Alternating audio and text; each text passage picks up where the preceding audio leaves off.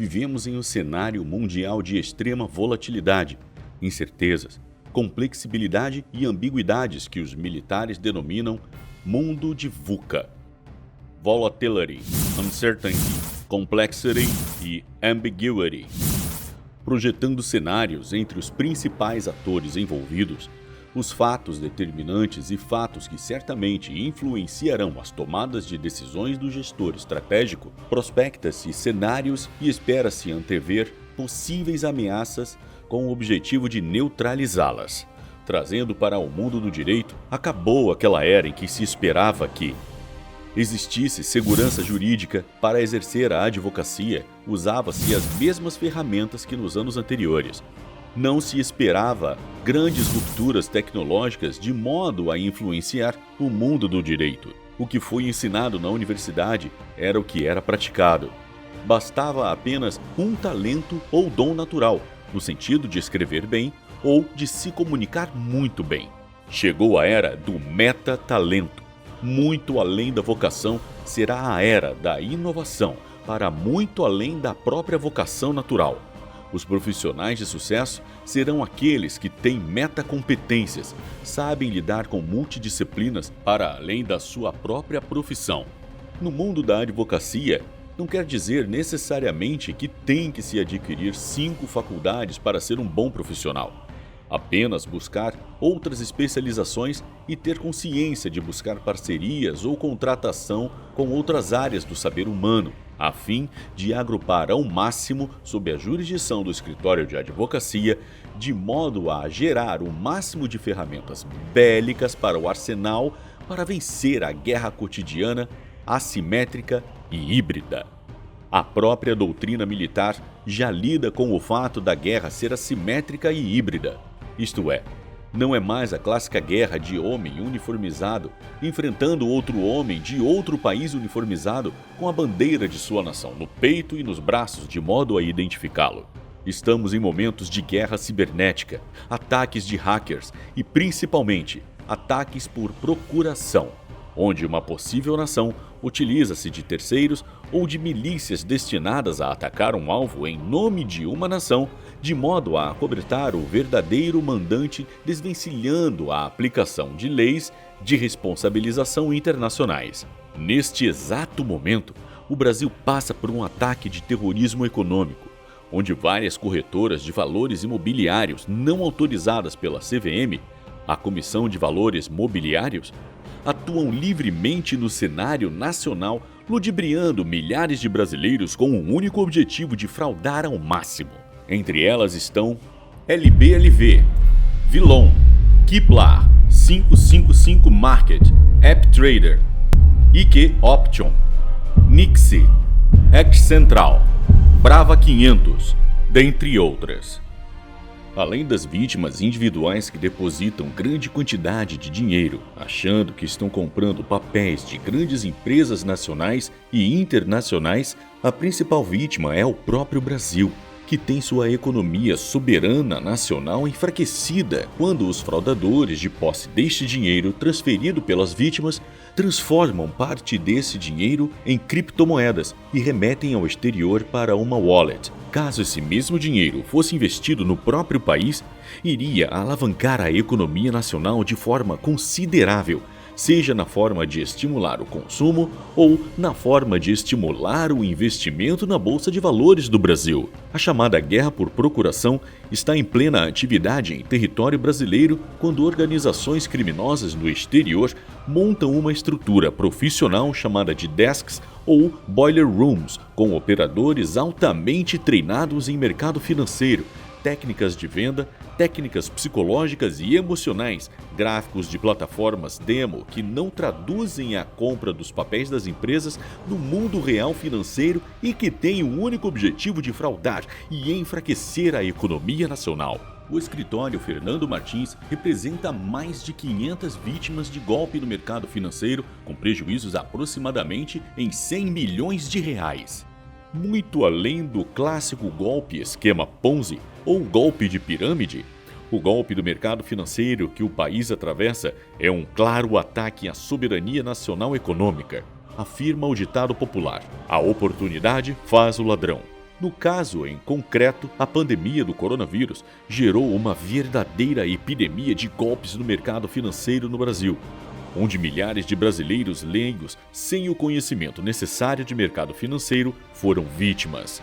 Diante dessa guerra híbrida e assimétrica, e por procuração, o Estado brasileiro é a principal vítima quando tem sua economia soberana enfraquecida intencionalmente por organizações criminosas que camuflam os verdadeiros mandantes, como está escrito no hino nacional brasileiro. Se ergues da justiça a clava forte, verás que o filho teu não foge à luta, nem teme quem te adora, a própria morte.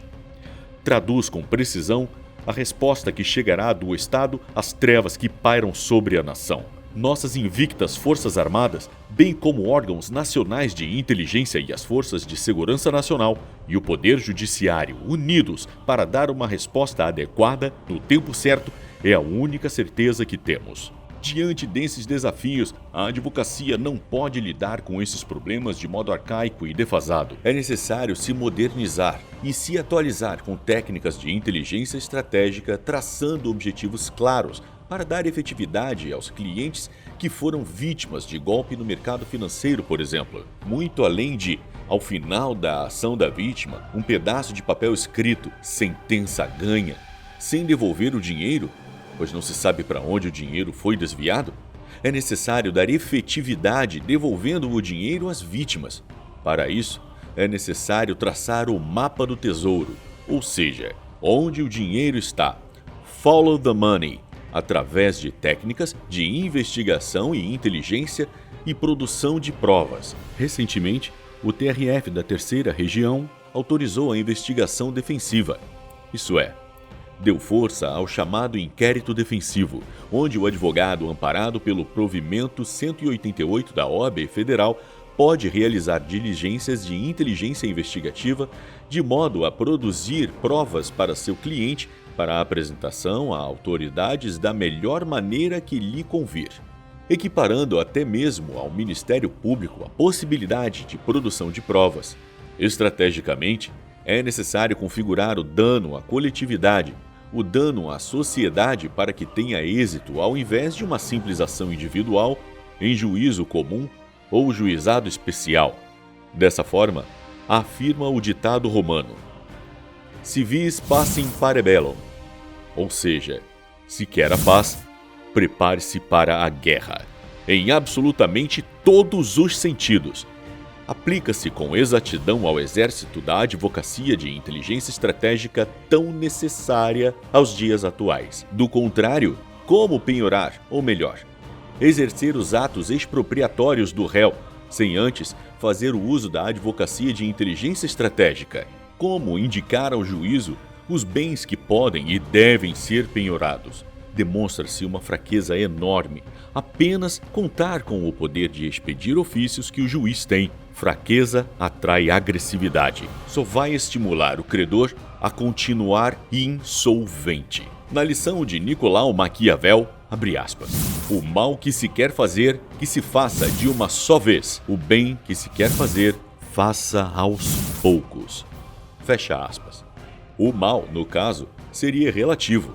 Depende do mal para quem, no caso em quem recebe o ato expropriatório e nega o direito do outro. Outra lição que um dos maiores estrategistas de guerra, Carl von Clausewitz, em A Arte da Guerra, definiu o centro de gravidade, isto é, o centro onde o inimigo concentra maior poder de fogo, mais potencial em te negar o direito ou te atacar, deve ser destruído com o maior esforço possível, concentrando o maior fogo no centro de gravidade do inimigo. Em resumo, brilhante citação no artigo da ESM sobre a aplicabilidade da teoria da guerra de Clausewitz, abre aspas. O conceito de centro de gravidade e sua aplicação igualmente permanecem aplicáveis ao planejamento e à condução da guerra em seus diversos níveis até os dias atuais. Destaca-se que a identificação do centro de gravidade inimigo é uma das linhas mestras para a condução da campanha